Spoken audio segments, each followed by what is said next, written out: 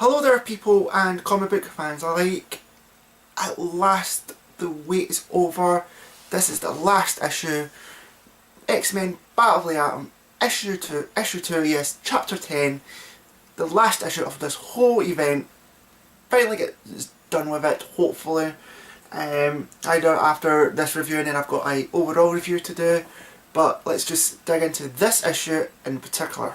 This issue was good, quite enjoyable, but still not really that good. Let's start off with the things that I liked first. First off, the action panels were fantastic. Like, this just really became an all-out battle. Like, you had like all the X-Men going facing the Brotherhood, but also you had the sort of cliffhanger at the end, and something gets revealed through that kind of like whole cliffhanger through this that probably is going to set up kind of like, I think it was Wolverine and the X-Men. Don't know if it's going to set up for mostly all of it, but it sets up for that pretty well. The other thing I liked was they did a homage to the first ever issue of X-Men. Let me just quickly try and find it. Here we go. If you see here, this is not an exact copy of it, but it's near enough kind of like the same kind of like the original X-Men, kind of the same position that they did. The only thing that's different is instead of Magneto, we have this Thorn character. And obviously one thing I really liked was it does change up the X-Men universe like entirely, which is pretty good, and maybe hopefully in future stories, or hopefully it's just like a few like stories and not another kind of like event, because this was really a kind of a waste of time in my opinion.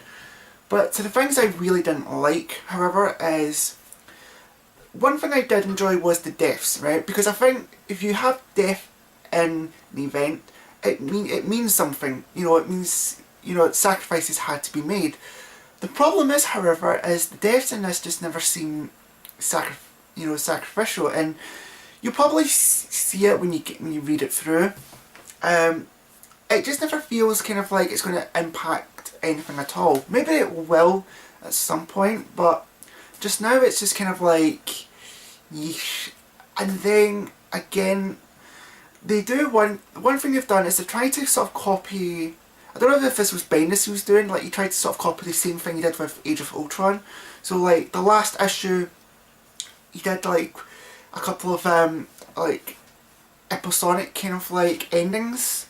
He does the same with this one. I think there's like 3 to 4 of them, but they just, one of them is kind of a big game changer. The other is just kind of like, like it's good, but it's also kind of bad because it just doesn't feel kind of right. It just feels like this was forced in.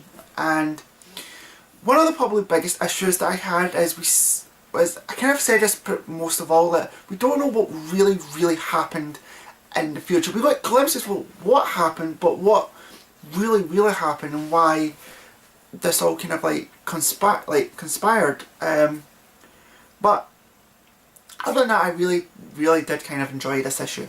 And for my overall score of this comic, I'm giving it a 3 out of 5. So with that issue now kind of done, I've only got a overall review to kind of do of the whole event.